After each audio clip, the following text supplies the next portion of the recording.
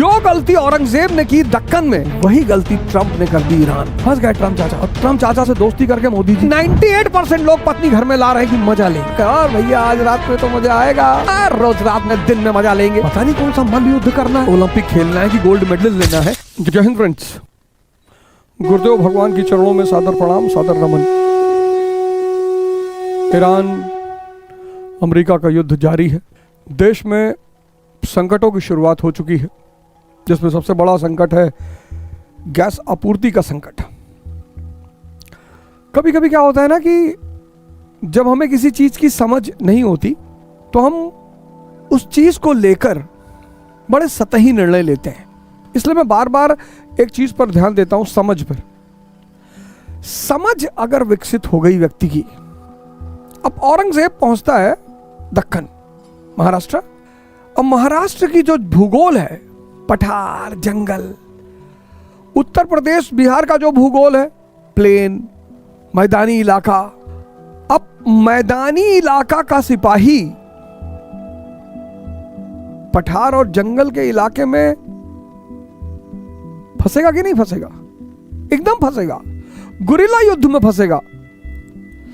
जहां जहां ज्योग्राफी खतरनाक है, जहां जहां भूगोल खतरनाक है, वहां वहां के राजाओं ने मैदानी राजाओं को हमेशा चना चबुआया है।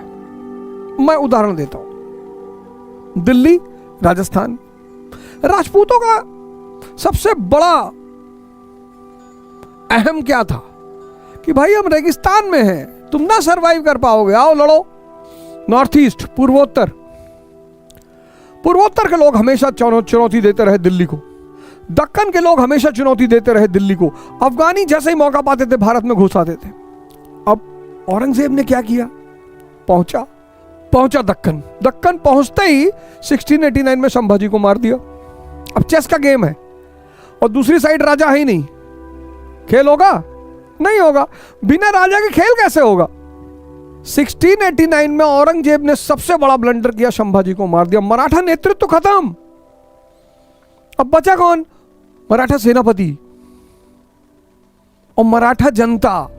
औरंगजेब मराठा जनता से लड़ गया।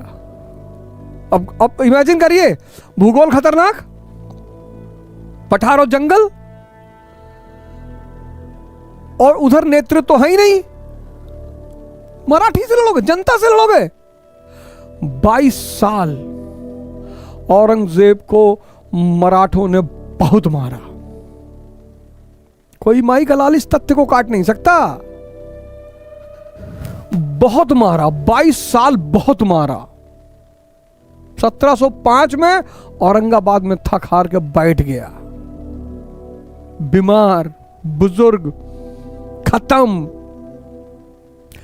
जो गलती औरंगजेब ने की दक्कन में, वही गलती ट्रंप ने कर दी ईरान में। ईरान का भूगोल देखो, तुम मैदान के लड़ने के आदि, वो पठार, पहाड़, टफ टेरेन का नेशन ईरान, उसका भूगोल बहुत खतरनाक है। वहां सिर्फ आने वालों के पैर के निशान मिलते हैं, जाने वालों के पैर के निशान नहीं मिलते। और फिर तुमने उसके नेतृत्व को मार दिया। अब किससे बात करोगे? किससे लड़ रहे हो? ईरान की जनता से। जनता से लड़ के न जीत पाओगे। और ट्रंप चाचा खुद तो फंसे, पूरी दुनिया को फंसा दिए। अगले 10 दिन में अगर यह युद्ध नहीं रुका तो मैं आपको बता दूं कि बहुत चुनौतियां आने वाली हैं। और इन चुनौतियों में अगर आपकी कोई चीज रक्षा कर पाएगी तो वो है धर्म, ध्यान, साधना। अगर चुनौतियां बढ़ी तो सिर्फ वही लोग बचेंगे जिनके अंदर ताकत होगी, क्योंकि चुनौती तो सबके लिए आएगी। भाई बेंगलोर में होटल बंद हो रहे हैं, बंबई में होटल बंद हो रहे हैं, लखनऊ में होटल बंद हो रहे हैं, हैदराबाद में होटल बंद हो रहे हैं। करोड़ों लोग का व्यवसाय छिन जाएगा। एक होटल बंद होगा, कम से कम 50 लोग अनएम्प्लॉयड हो जाएंगे। अगर एक होटल बंद हुआ, कम से कम 50 लोग अनएम्प्लॉयड हो जाएंगे। फिर शहरों में खाना, शहर में तो लकड़ी आ नहीं पाएगी।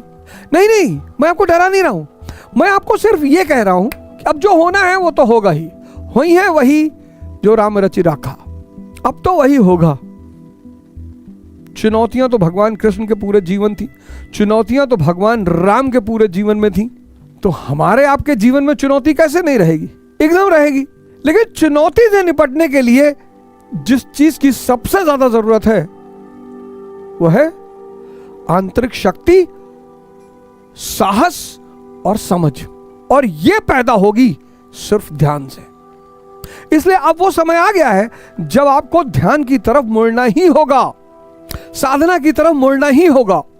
और चौथा अध्याय, मेरा बस चलता तो मैं चौथे अध्याय पर ही गीता का यहीं पर शो समाप्त कर देता। सब कुछ बता दिया। कर्म क्या है भाई, जिसको यह पता चल गया कि कर्म क्या है, कर्म आराधना है, कर्म भजन है। 90% लोग कर्म शब्द को जान ही नहीं पाते। वो कर्म का मतलब सोचते हैं झाड़ू लगा रहे हैं वो कर्म है, नौकरी कर रहे हैं वो कर्म है। कर्म सिर्फ एक ही है, ये जो श्वास प्रश्वास चल रही है इस पे निरंतर नजर, निरंतर, यही यज्ञ है और यज्ञ ही कर्म है। आरंभ में यह चुनौती है, आरंभ में, लेकिन धीरे धीरे आपको इसमें मजा आने लगेगा, शक्ति पैदा होने लगेगी, आपके जीवन में सुधार होने लगेगा। मैं एग्जांपल देता हूं। जैसे आप सुबह उठ नहीं पा रहे, अब 5 बजे आपकी आंख खुली, आप उठ नहीं पा रहे हैं, तो अब एक तरफ विचार चल रहा है कि यार 1 घंटा और सो लो यार, 6 बजे उठना कौन सी बुरी बात है यार।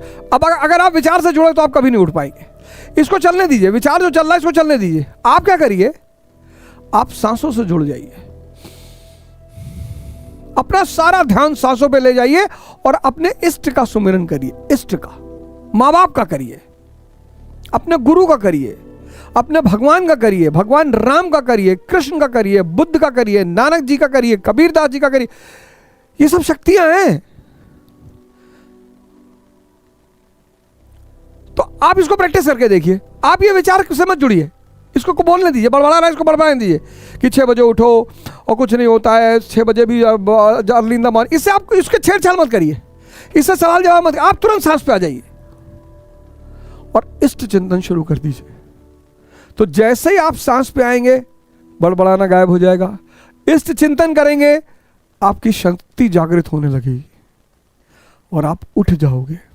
आप उठ जाओगे, शर्तियां बता उसको 5 दिन, 10 दिन, 1 महीना, 2 तुम्हारे घर में एडजस्ट होने के लिए ना। यही साधना है। साधना कोई पहाड़ में जंगल में भाग कर नहीं जाना है। सड़क पर जा रहे हो, इस यज्ञ को कार्य रूप देने के सिवा जो कुछ किया जाता है वह इसी लोक का बंधन है, ना कि कर्म। तदार्थम कर्म। अर्जुन, उस यज्ञ की पूर्ति के लिए भली प्रकार आचरण कर।